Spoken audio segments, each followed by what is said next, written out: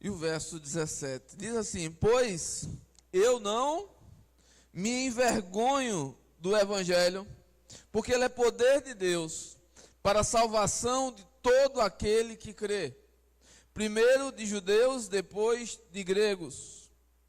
Verso 17 diz: porque no evangelho é revelada a justiça de Deus, na justiça que do princípio ao fim é pela fé, como está escrito: o justo viverá pela fé.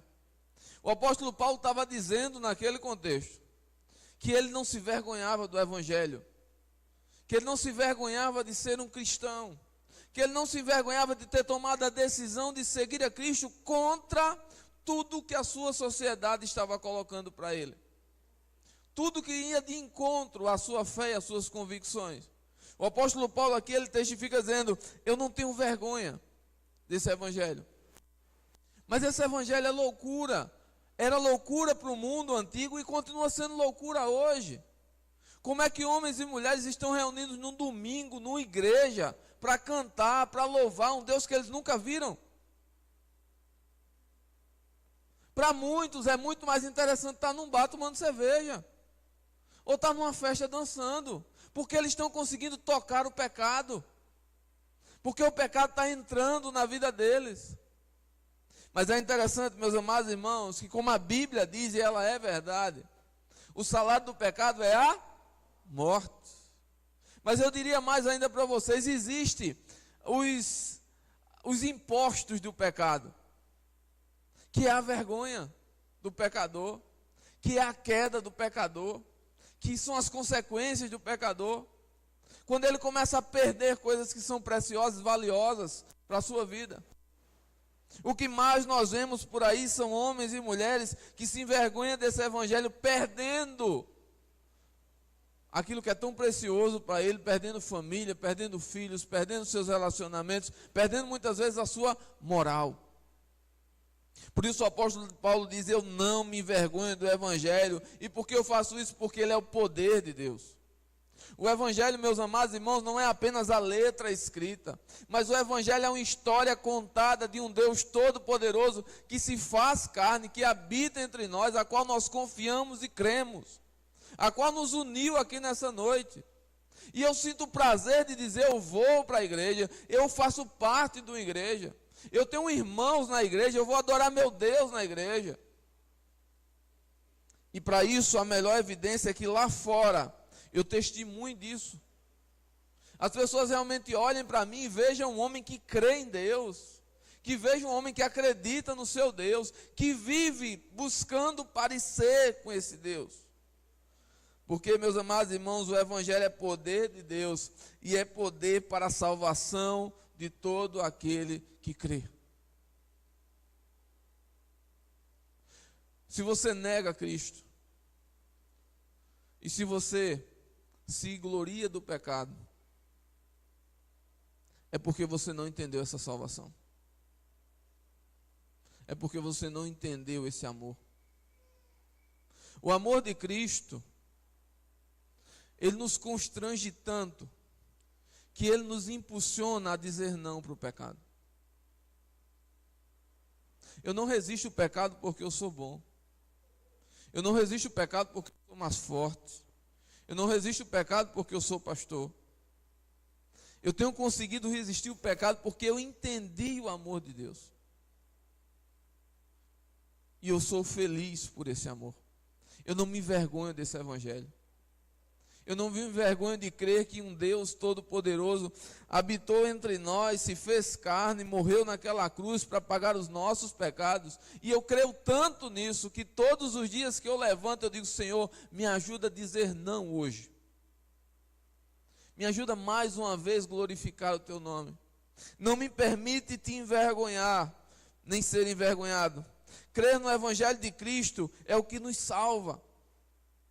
Confessar Jesus como Salvador de nossas vidas é a única coisa que nos salva.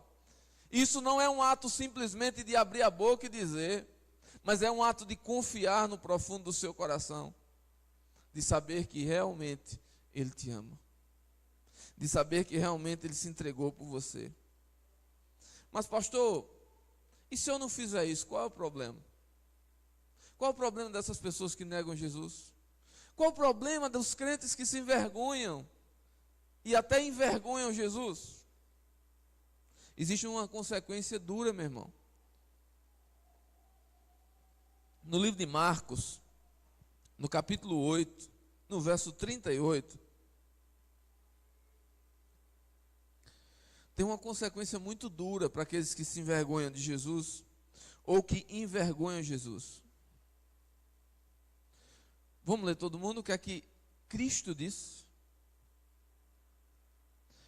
Se alguém se envergonhar de mim e das minhas palavras nessa geração adúltera e pecadora, o Filho do Homem se envergonhará dele quando vier na glória do seu Pai com os santos anjos.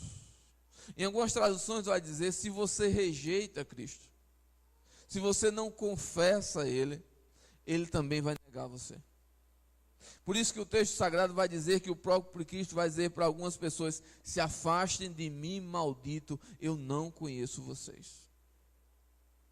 Porque tem pessoas, meus amados irmãos, que nessa geração adúltera e pecadora, estão dizendo que confiam em Cristo com sua boca, mas com a sua vida particular, negam a Ele todos os dias. No íntimo dos seus relacionamentos, no íntimo das suas atitudes, pessoas têm negado a Cristo. E essas pessoas, no juízo final, no dia que Cristo voltar com seus santos anjos para julgar cada um de nós, Ele vai dizer, eu não conheço você.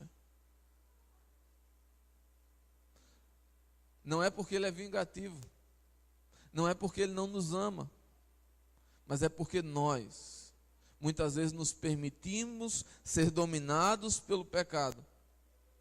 Isso é muito drástico diante de um Deus Todo-Poderoso. Porque Deus, meus amados irmãos, Ele não se relaciona com o pecado. O grande problema é justamente se envergonhar, é negar a sua fé. Todos que estão aqui, sem exceção, se eu perguntar para você, você acredita em Jesus? A pessoa vai dizer que acredita em Jesus. Mas isso não determina alguma coisa. O que mais determina é o quanto isso mudou você. O quanto isso transformou sua vida. O quanto isso tem te dado força e energia para vencer o pecado. Isso sim é importante. Meus amados irmãos, dizer é muito fácil. Fazer é muito mais difícil. Por isso que não adianta, e não são as nossas palavras que convencem Jesus, mas são as atitudes que temos diante daquilo que nos é proposto. As pessoas, elas têm preferido aceitar os pecadores e negar a Cristo, do que aceitar a Cristo e se afastar do pecado. Porque é muito natural. Se eu digo sim para Jesus, eu preciso começar a me afastar de tudo que me leva para longe dele. Isso é simples, por exemplo, quando eu decidi um dia na minha vida me casar, e todos os irmãos decidiram um dia se casar na vida de vocês, mudou muita coisa. E uma das coisas que mudou foi que a gente agora começou a ter outras responsabilidades. E a gente começou agora a pensar e trabalhar não apenas mais para nós e para as nossas vontades, mas agora para o bem da nossa família. Quem não fez isso talvez nem tenha família mais. Porque ou é assim ou não dá certo. Da mesma forma é com Cristo. Não é uma coisa só de fala, é de mudança cotidiana. Você um dia entregou sua vida para Jesus, você confessou que Ele é Senhor da tua vida, tu acredita nisso. A partir daquele momento agora começa um processo na sua vida de dizer não para o pecado. E algumas vezes para algumas pessoas que nos levam ao pecado. Eu continuo amando todas as pessoas que eu conheci até hoje, mas precisei me afastar de muitos deles. Porque não dava. A Bíblia diz que não existe comunhão entre a luz e as trevas. Não tem como. Não é porque a pessoa ficou mal. Não é porque a pessoa começou a me odiar, nem eu comecei a odiar essa pessoa. Mas é porque essa pessoa não entendeu a graça de Deus. E quem não entende a graça de Deus, ele continua se afastando. E infelizmente trazendo dor para aqueles que estão perto. Por isso é muito claro. O texto que lemos de João, capítulo 1.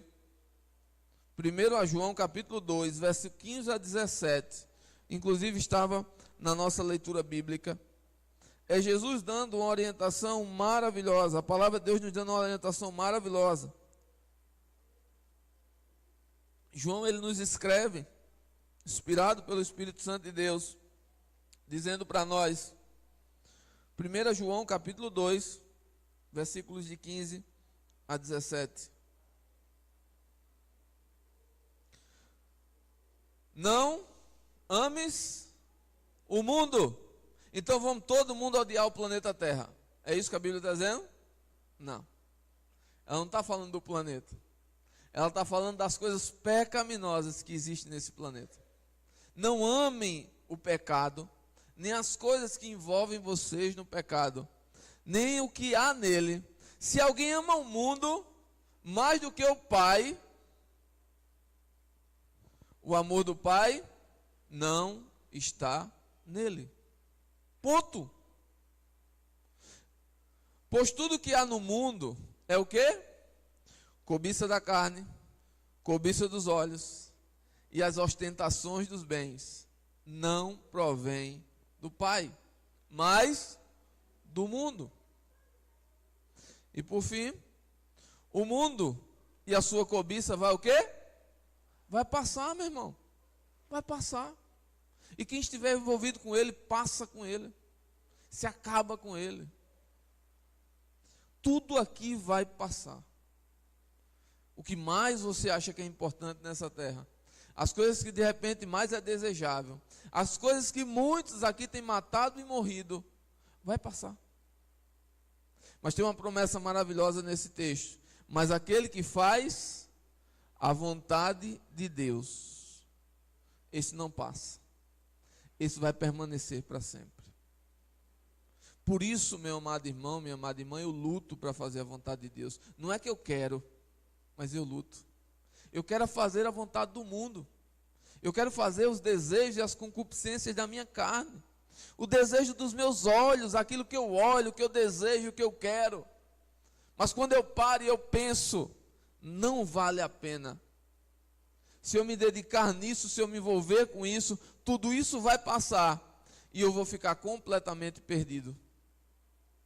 Mas se eu me dedicar nas coisas de Deus, se eu obedecer a palavra de Deus, isso é para sempre. Isso é para sempre. Esse templo um dia vai passar. Esses bancos um dia vão passar. Essas roupas um dia vão passar. Mas essa palavra que está sendo pregada hoje, ela não passará.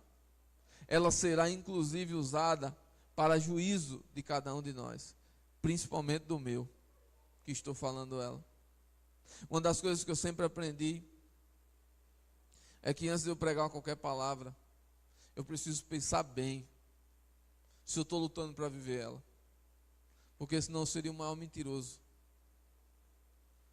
Meus amados irmãos, eu não estou dizendo a vocês que é fácil. Eu só estou dizendo que é a única oportunidade que a gente tem. É o único caminho. Não existe outro. Não tem como viver com Deus e com o pecado. Se alguém conta para você que é diferente, não tem. Mas tem como viver com Deus lutando contra o pecado. Isso não quer dizer que agora você entregou sua vida a Jesus, tudo está resolvido, você não sente mais desejo, você se libertou de tudo na sua vida. Não. Mas isso quer dizer que agora você vai lutar e tem alguém lutando com você. Tem alguém ajudando você a vencer essa luta, essa grande batalha. Por isso Cristo nos disse no livro de Lucas, capítulo 9, verso 26, aquilo que ele também diz em Mateus: porque qualquer que de mim e das minhas palavras se envergonhar, dele eu me envergonharei, envergonharei o Filho do Homem quando vier na sua glória, na glória do Pai e dos santos anjos. É muito sério mesmo. Esse convite é muito sério. Por isso eu convido você a refletir comigo. Temos honrado a Cristo com a nossa vida? Nós temos realmente glorificado a Cristo como Ele merece? Isso não tem nada a ver com a religião que professamos, com a igreja que participamos. Isso tem a ver com o nosso relacionamento pessoal com Deus. Como é que estão minhas atitudes? Como é que elas têm demonstrado se eu acredito verdadeiramente em Deus? Isso é uma reflexão muito pessoal. É você parar e pensar: Senhor, me ajuda nessa caminhada. Senhor, me dá força nessa caminhada. Senhor, eu sei que muitas vezes os desejos são muito fortes, são intensos. Eu sei que eu estou errado, mas às vezes o apóstolo Paulo, ele nos escreve dizendo: olha, o bem que eu quero fazer, às vezes eu não faço. E o mal que às vezes eu não quero fazer, eu me pego fazendo. Mas estamos num processo de construção que não dá para desistir, meu irmão. O que não dá é se acostumar. O que não dá é pessoas normalizarem o pecado. O que mais eu vi foi pessoas perguntando se poderia ir para festas desse período. Isso para mim é uma pergunta que nem cabe para um cristão. É uma pergunta que a pessoa, só se ele quiser uma resposta diferente. Mas não tem sentido. Eu viajei para Paraíba nesse período agora. Comi bastante milho. Comi bastante pamonha. Mas eu sabia, por exemplo, que minha família inteira, eu estou falando isso, tem irmãos meus assistindo nesse momento. Eu tenho alguns irmãos, eu tenho 9, né? Então tem bastante. Então, uma boa parte da minha família bebe. Eles estavam lá bebendo. Meu pai tem uma pequena propriedade lá. Estava todo mundo lá bebendo. Eu não fui. No outro dia eu fui com meu pai, almocei com ele, jantei, conversei com meus irmãos. Mas eu tenho que saber onde me cabe. Eu não ia estar num lugar onde não me cabe. Eu não ia estar num lugar que mais me envolver no pecado, ou de repente despertar desejo no meu coração. Eu sou ser humano. Eu tenho que estar atento. A Bíblia diz: o diabo é o vosso adversário, ele está como um leão ao vosso derredor, tentando tragar vocês, destruir vocês. Eu amo minha família, eu amo meus irmãos, mas naquele momento não dava. No outro momento eu fui, que estava todo mundo, a gente conversou, a gente brincou. Por isso eu finalizo dizendo a você, meu irmão, só existe duas possibilidades.